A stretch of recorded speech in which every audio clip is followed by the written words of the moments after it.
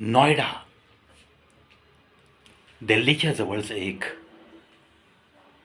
छोटंसं वसलेलं सुंदर शहर असंच म्हटलं जातं ना नॉयडाच्या बाबतीत.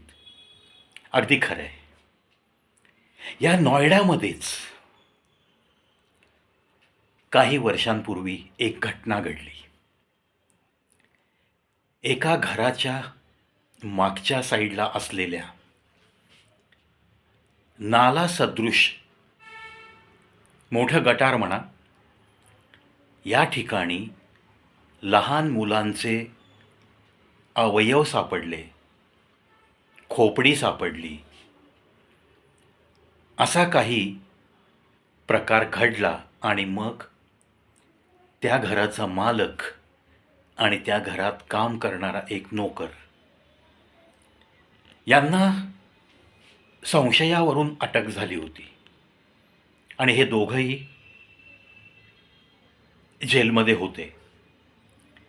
तथापि सबळ पुराव्याच्या अभावी त्या घरमालकाची सुटका झालेली होती 2023ला. आणि आता 2025मध्ये जी काही 16 मुलं गायब झाली, शेवटी शोध नाही लागला. मिसिंग म्हणून कंप्लेंट लॉज होते, शोध घेण्याचा प्रयत्न केला जातो. शोध लागला तर त्या त्या ठिकाणापर्यंत जाऊन त्या त्या व्यक्तीला भेटण्याचा प्रयत्न करून त्याला त्याच्या नातेवाईकांकडं अगदी व्यवस्थित कागदपत्र तयार करून त्यांना हवाली केलं जातं. पण अशा या 16 मुलांच्या मिसिंग कंप्लेंटमध्ये काहीही निष्पन्न न होऊन त्या तशाच भिजत पडलेल्या होत्या. मग या घराच्या मागं जेव्हा हाडांचे तुकडे सापडायला लागले, मानवी सापळे सापडायला लागले, तेव्हा मग तपास कामास गती आली आणि मग या दोघांना संशयित म्हणून पकडल्यावर एक क्लिपसुद्धा आहे की ज्या क्लिपमध्ये हा स्वीपर, हा त्या घरचा नोकर, कोहली त्याचं नाव, तो सांगतोय कि कैसे बच्चों को काटा जाता था और कैसे कुकर में पका के खाया जाता था. आता हे एवढं सगळं असून सुद्धा CBI आणि पोलीस यांच्या तपास यंत्रणेवर सुप्रीम कोर्टाने शिक्कामोर्तब करून, तपास यंत्रणेच्या त्रुटींवरती शिक्कामोर्तब करून अलाहाबाद हायकोर्टचा निकाल फिरवला आणि या नोकराला सुद्धा सोडून देण्यात आलं. सबळ पुराव्या अभावी आरोपीस मुक्त करण्यात आले. प्रश्न हा उरतो की आता मग त्या 16 मुलांचं नक्की झालं काय? हाडं तर सापडत आहेत. हा व्यक्ती स्वतः सांगतोय कि कैसे काट के हमने सीना पका के कुकर में कैसे खाया. इथपर्यंत जाब जबाब व्हिडिओद्वारे असताना त्याच्यामध्ये सुद्धा लॅक्युना आहे असा सुप्रीम कोर्टाने संशय व्यक्त करून या आरोपीला सोडून दिलेलं आहे. आपण म्हणतो की मुलं अपहृत केली जातात, मुलांचं अपहरण केलं जातं, फोन येतो, एवढे पैसे द्या, तेवढे पैसे द्या, पोलिसांना सांगितलं तर मुलाला मारून टाकू. अशा अपहरणाच्या केसेस आपण खूप ऐकलेल्या असतात. मग आता या नॉयडाच्या या 16 मुलांच्या बाबतीत नक्की काय घडलं? मग हे नुसतंच कुकरमध्ये मांस शिजवून खाणं आहे का? ह्याच्या मागं ह्युमन ऑर्गन्स विकणारी टोळी, असे कोणी बडी आसामी गुंतलेले आहेत का? त्यांच्यापर्यंत धागेदारे पोचले आणि ते धागेदोरे लोकांपर्यंत पोहोचू नयेत अशा पद्धतीने काही तपासकाम झालं का? कोणाला तरी मोठमोठे मासे अडकलेले आहेत त्यांना वाचवण्याचा प्रयत्न झाला का? वगैरे ह्या गोष्टी आता प्रश्नचिन्ह घेऊन समोर उभ्या आहेत. एखादा मर्डर होतो, एखादी घटना घडते आणि संशयित म्हणून तो आत जातो एखादा XYZ व्यक्ती आणि त्या संशयाच्या जाळ्यामुळं त्याचा जामीनसुद्धा होत नाही. त्याची वर्ष 2 वर्ष 3 वर्ष आतमध्ये जातात, तो सडतो आणि नंतर तो आरोपी सुटून जातो. कारण क्रिमिनलच्या बाबतीत एक तत्व आहे, 99 आरोपी सुटले तरी चालतील, पण एका निर्दोषाला शिक्षा झाली नाही पाहिजे. आता असंच काहीसं सुप्रीम कोर्टचं जजमेंट येते. त्यामुळं सगळ्या कॉर्नर्सनी विचार करून अशी निकालपत्र बाहेर पडतात. हेही आपल्याला मानावंच लागेल, कारण it is nothing but apex court of our India. हा 16 मुलांचा प्रश्न असा उपस्थित झाला आहे की मग नक्की ते मेले कसे, त्यांना कोणी किडनॅप केलं, त्यांना या बंगल्यापर्यंत कोणी पोहोचवलं, असे सगळे प्रश्न हे अनुत्तरित का राहिलेत. याचाच अर्थ एक सामान्य नागरिक म्हणून या 16 मुलांच्या मर्डरच्या मागे नक्कीच काहीतरी मोठ्या व्यक्तींचा हात आहे आणि नक्कीच ह्युमन ऑर्गन्सचं काहीतरी व्यापार असलेली टोळी याच्या मागं निश्चित असणार आहे. आता आपल्या या भारतात अशी मुलं गायब झाल्यावर ती मारली जावीत. आता ही 16 मुलं ज्या ज्या घरची होती, त्या त्या घरातला हा वंशाचे दिवे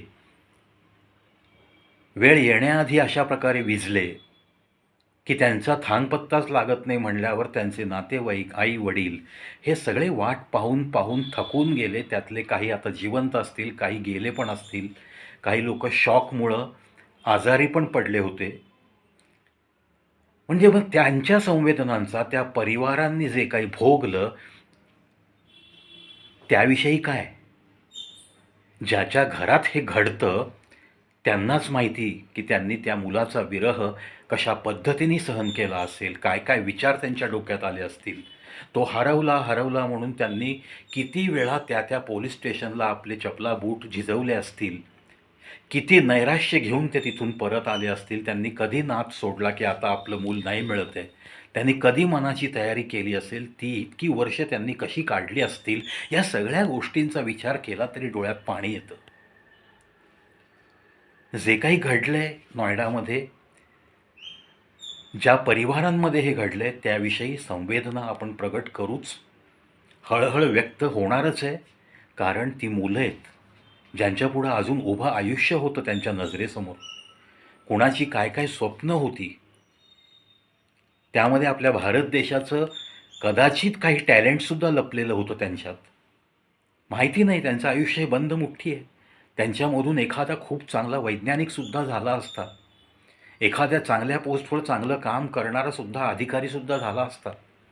या सगळ्यांच्या 16 लोकांच्या स्वप्नांची, त्यांच्या परिवाराच्या स्वप्नांची राख रांगोळी करणारी नक्की मग कोण आहेत? हे दोघं तुम्ही अटक केले संशयावरनं आणि दोघांना आता मोकळं सोडण्यात आलेलं आहे सबळ पुराव्याअभावी.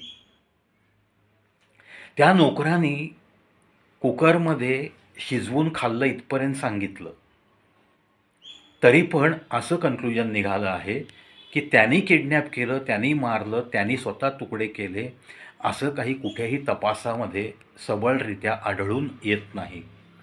त्यामुळं विदाऊट एनी स्ट्रॉंग प्रूफ त्यांना जी शिक्षा दिली होती ती रद्द करण्यात येत आहे आणि त्यांना सोडून देण्यात येत आहे. मित्रांनो, जर आपल्या लहान मुलांच्या बाबतीत आपल्या देशात जिथं बोललं जातं की कायदा खूप कडक आहे वगैरे वगैरे, तसं पाहिलं तर काही कायदे पुळचट आहेत. ते बदलण्यासाठी धडपड सुरू आहे.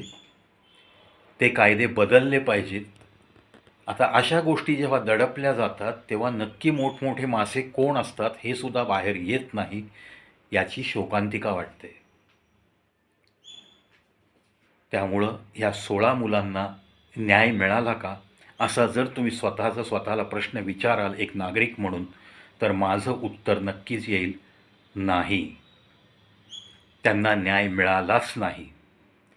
ते आले, ते कापले गेले, ते शिजवले गेले, त्यांची हाडं गटारात फेकली गेली आणि ते या जगाचा निरोप घेऊन निघून गेले वेळी अवेळीच.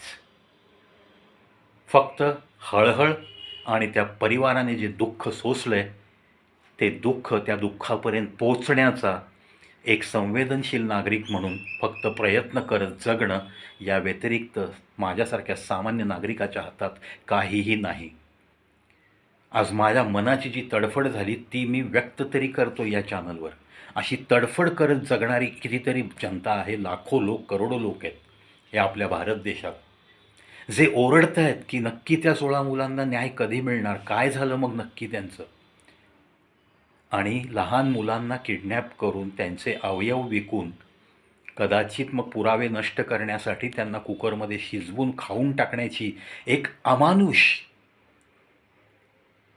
म्हणजे त्या माणसाला काय म्हणावं शब्दच नाही आहेत माझ्याकडं.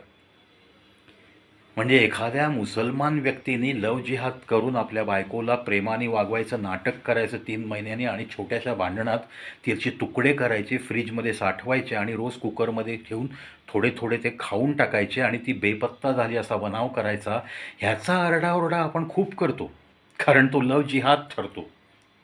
अरे पण ही 16 मुलं कोणाची होती? कोवळी मुलं, ती मारली गेली आणि त्यांच्यातले आरोपी आता निर्दोष सुटत आहेत. समाजात पुन्हा ताठ मानेने वावरणार आहेत ती 2 माणसं. यामुळं या 16 मुलांना न्याय नाही मिळाला असंच मला तरी वाटतं. त्या 16 कुटुंबियांच्या सोबत तुम्ही आम्ही सगळ्यांनी राहूयात. अर्थात त्यांनी फक्त सोबत राहण्याने त्यांचं दुःख आपण काही वाटून घेऊ शकत नाही. ते दुःख कमी होणार नाही. त्यांच्या मनात जी काही तळमळ आहे, जी काही जळफळाट आहे, जे काही त्यांनी विरहाच्या वेदना आता अजूनही त्यांना सोसायच्यात, ते सोसत सोसत ते जसे जगत होते त्यानंतर या निकालानंतर त्यांच्या मनाची काय अवस्था झाली असेल, शब्दांच्या पलीकडची अवस्था आहे ती. कोणीही त्यांचं सांत्वन करू शकणार नाही, जगातला कुठलाही व्यक्ती, आणि कोणत्याही गोष्टीमुळे त्यांचं सांत्वन होऊच शकत नाही. अशी अवस्था असलेल्या सर्व कुटुंबांना फक्त मॉरली त्यांना सपोर्ट करणं, त्यांच्यासोबत राहणं इतकंच तुमच्या आणि आमच्या हातात आहे आणि आपण तेवढंच करूया. जे काही घडलं आहे ते खूप अप्रिय घडलं आहे आणि या घटनेवरून ही जी त्या 16 परिवारांना ठेच लागली आहे, या घटनेवरून फक्त ज्या ज्या घरामध्ये अशी वयात आलेली, वयात वाढत चाललेली काही मुलं आहेत, अगदी वय वर्ष 5वीतल्या इयत्तेपासून ते 10वी, 11वी, 12वी, अगदी कॉलेजला गेलेल्या मुली आहेत, मुलं आहेत, त्यांची जपणूक करणं फार गरजेचं आहे. त्यांच्या सिक्युरिटीसाठी त्यांच्या मोबाईलमध्ये ठराविक तुमच्या घरातले नंबर असणं गरजेचं आहे. ठराविक हेल्पलाईनचे नंबर त्यांच्याकडं फीड असणं गरजेचं आहे.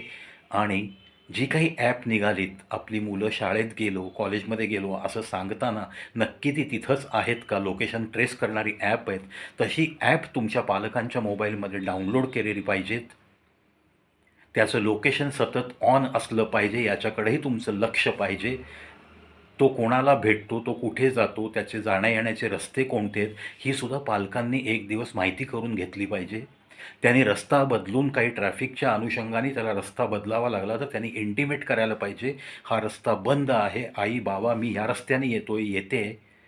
अशा पद्धतीने तुम्हाला आपल्या मुलांना सिक्युअर्ड करावं लागेल, सिक्युअर ठेवावं लागेल. अदरवाईज हे अपहरण होणं मुलांचं तसं फारसं अवघड नाही आहे. ठीक आहे, मोठमोठ्या शहरात CCTV आहेत, पण ज्या शहरात अजून CCTVचं जाळंच नाही आहे त्या शहरातल्या मुलांच्या सिक्युरिटीचं काय? आणि असं जर अचानक काही घडलं तर मग त्या आईबाबांवरती काय प्रसंग येतो?